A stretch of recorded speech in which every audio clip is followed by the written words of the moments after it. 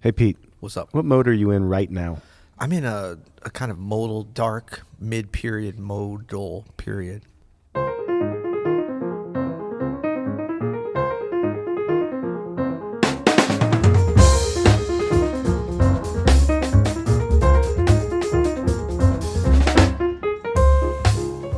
I'm Adam Maness. And I'm Peter Martin. And you're listening to the You'll Hear podcast. Daily jazz advice coming at you. Coming at you today with a very special guest. Yes. The incredible. Mr. The amazing. Mr. Warren. Wolf. That's right. Junior. What's up, Warren? What's up, man? Cool. Don't use the junior. Oh, really? Well, you're physically not sized a junior, but you are a junior, right? I am. Yeah. But Technically, he's a junior. That's right. Welcome, Warren. Warren is one of my favorite people and favorite musicians, so it's really fun to have you here. He's one of our stars at Open Studio and star of stage and screen, and we're actually playing a bunch of music together this week, so that's a lot of fun.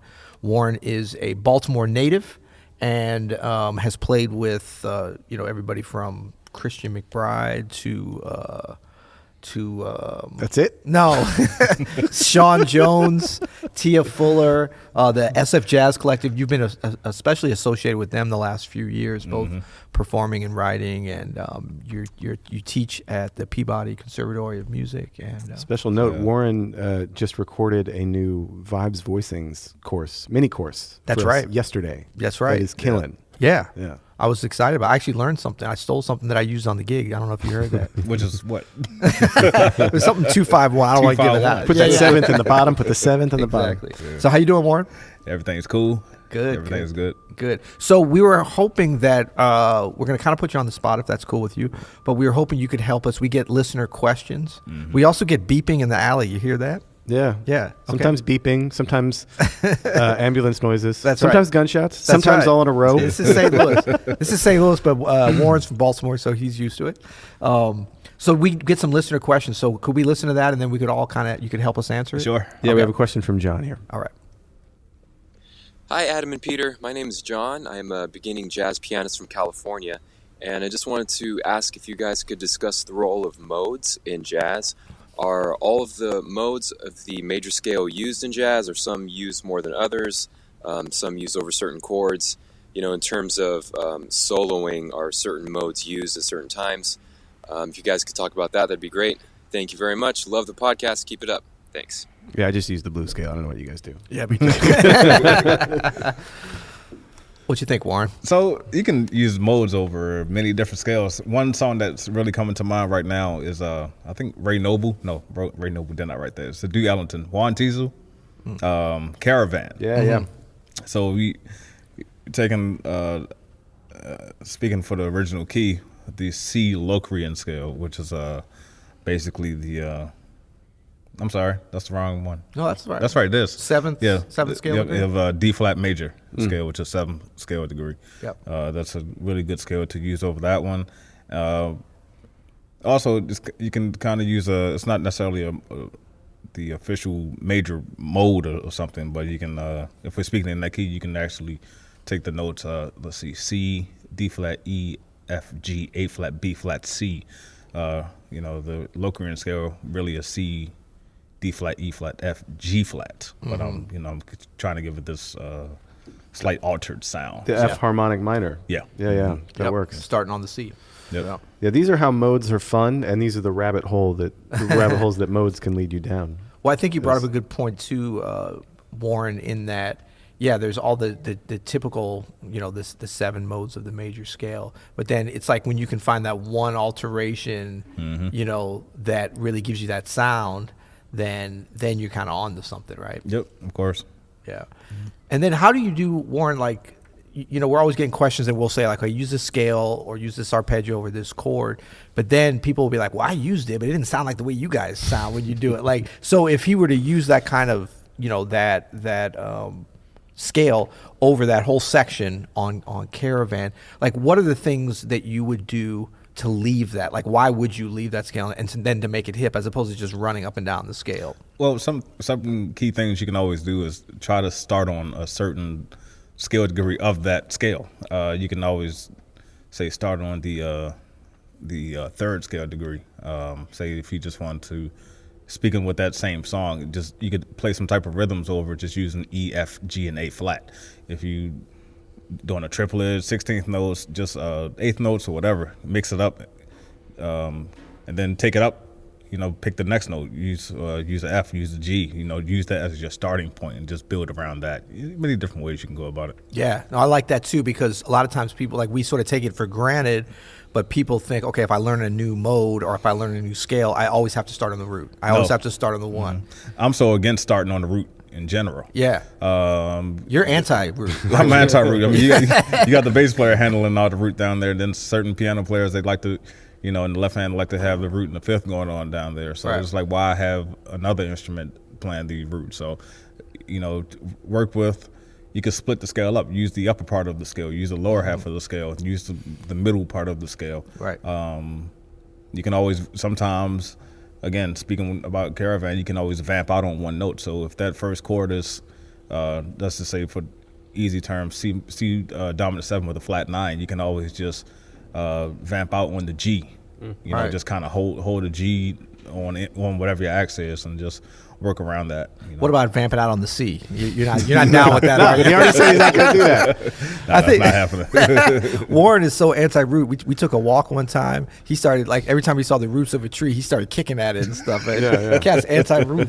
We should say too, for a beginner, I don't think like modes is something that you need to jump into like seriously right away. That's right. To be able to learn to play or to kind of get any enjoyment out of it. Yeah. I mean, it is something that gives you options. Yeah. As you get better and better, as you learn more and more. But I wouldn't like commit to like I have to know all the modes of every single scale that I know. You know what I mean? Yeah. I mean, it's good to do. It's good to have that goal. But if you're a beginning jazz pianist, right, like it's more about hearing it, I think, than anything first. Is that why we call this podcast You'll Hear? It might be. But it does. It can give you different sounds, John. Yep. So like I'm thinking of like a basic thing like a 3-6-2-5, right? Mm-hmm. So, a 3, typically you would use maybe like a Phrygian sound, right? Which is like a C major scale. No, I wouldn't. Doesn't that have the root in it? It does have the root. I don't like that, man. But if you wanted to kind of have a more airy sound, you could do like a Dorian thing. Yeah. Nothing's like wrong. Yeah. I mean, although some people will be very dogmatic about it, but it's all about whatever sound you want. That's the important part of modes, is kind of giving yourself these options, having these things to pull out. Yeah. Mm-hmm. What do you guys think if we were to give somebody like John or anybody that was trying to get familiar with the modes, if you were going to just take your time, and this kind of assuming that say your major scales, what would you recommend as the next scale or mode to learn? Well, outside of the blues scale, you mean?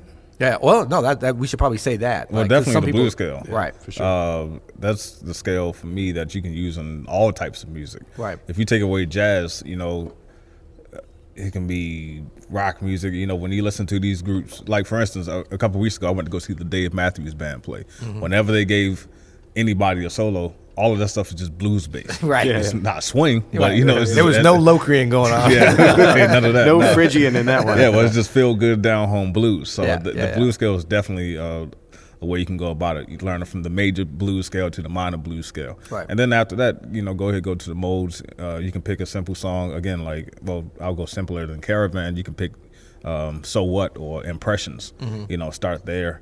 And, so that'd be Dorian. Yeah. Yeah, That's what I was thinking too. Like for me, but I know everybody looks at it different. Like after major blues scale, maybe dominant scale too. That's super useful. Yeah, the Mixolydian and then the Lydian. Probably. Yeah. But I mean, to me, the Dorian this kind of clicked. I remember when I was I say like, this is what a mode is. Yeah, and I didn't even know what a mode actually. I mean, I knew those words, but I didn't know that's what it was. I was like, oh, this is a dominant scale with a minor third. Is the way I thought about it. Right. Right. It's so funny how everybody thinks about these things differently, especially at first, like when you're starting out. Yeah. You have like this thing. Is it funny or is it just odd? It's neither, actually. It's clever. It's good. It makes perfect sense, really. That's right. Yeah. Cool. So, all right. Well, I think we hit some good stuff. Thank you for the question, John. Thank you guys for the answers. And Warren, you got any exciting projects and gigs you want to let folks know about? I mean, we're worldwide. just to let you know, just like you, our listeners, they're all over the place. Yeah. So there's a couple of things I'm doing. So there's a venue in Baltimore, which is where I'm living, called Andy Music, and is run by a guy named Henry Wong, and I'm pretty much trying to always bring musicians to the area at least once per month. So when we're looking at the tour circuit, at least for the East Coast, let's just say we're starting in Boston. A lot of jazz musicians start in Boston, down to Connecticut, of course, New York, some places in Jersey, Philadelphia, D.C. So a lot of people always skip over Baltimore. Right. So I'm always trying to bring musicians down just so we can get that quote unquote New York feel in Baltimore. So in December, I've had the pleasure of bringing in Miguel Zenon, Tia Fuller, and a young vibraphonist named Sasha Berliner. I couldn't do it in January. I was too busy. I was on the road. I was on the road working. But starting next weekend, we're bringing Jeremy Pelt, vocalist Chardonnay Wade, David Sanchez, Christian McBride, and wonderful vocalist named Lauren Talise. She was the winner of the Sarah Vaughan competition just recently. Oh yeah. So that's happening. And is this like an ongoing thing? You're going to have this for a while? It's all depending on on my schedule, but yeah, for the most part, very mean, cool. I'm always just trying to just give back to my city. Yeah. Right. So I'm always just bringing folks in. Let's see, my group Wolfpack will be at the coming up. I can't remember everything. We'll be at the Clef Club in Philadelphia at some point in March. Now I have different versions of Wolfpack. I have the straight ahead jazz version. I got the smooth jazz version. That's my jam. I know, mine too. I was gonna say I love smooth Wolfpack. I got Wolfpack. the Shades of Roy Ayers. That's right. I got the funk fusion side of Wolfpack. If you look at a Wolfpack, you never know who's going to be in the pack. So, so we got that happening. Right. Actually, I can kind of tell by the Wolfpack based on how you guys are dressed. That's I can right. tell. That's right. how I can tell. Oh, like the smooth jazz one has a look. Yeah, it's a little bit. There might be some silk shirts. You know what I'm saying? So yeah, right now the Clef Club, my series of indie music, and I'll be at Clayton State Spivey Hall on March 30th. That's a which great is venue. Saturday. Atlanta area. Yep. Yep. And then after that, I have a bunch of dates with the SF Jazz Collective coming up. Yeah. Oh, cool. Yeah, you guys are going to be all over, I think, April, May kind of stuff. So you can check out Warren Wolf Music. WarrenWolfMusic.com. Yeah. And check out Warren has some fantastic records on the Mac Avenue label. The latest is Convergence. Convergence, right? yep. Yeah. So check in on that. He also has a bit of a course here on Open Studio, too. He has a don't wonderful forget. Yeah. course. And what the cool thing is, a lot of people get confused because they see Warren with the mallets they're like, oh, that's a xylophone or a marimba course or something, which it is. But it's actually, the name of it is Improvisation for All. Yeah. And so there's some really great stuff. There's some great play-alongs. I did a little playing along. I did a little You shed. did a I'm not little gonna lie. I had a little shed along, a little play I use them along. too. I use them But because you get to play along with 3 Warrens. Yeah, I mean, it's right. amazing. Warren's playing piano, bass, and drums, Yeah. all and through the wonders of technology, we have them all combined, and it sounds good though. I mean, it doesn't sound like robotic; it sounds good. So don't play along with those other things, And then be on the lookout for the new vibraphone voicings course that we just recorded yesterday. Really, really great stuff mostly over like 2/5s and stuff. Yeah. But really I'm just cool. trying to give some basic pointers to people who are trying to get their chords together, certain inversions about chords and things like that. So Yeah. And it's called vibraphone voicings, but there's some good stuff for pianists in there too. It can be used for pianists. Also, some of the examples I was given is pretty good for a bass player to play behind because I'm eliminating the root, as right. we talked about earlier. Anti-root. Hashtag anti-root. Cool. Well, thank you so much, Warren, for joining us here as one of our honored guests. And until tomorrow. Thank you. You'll hear it.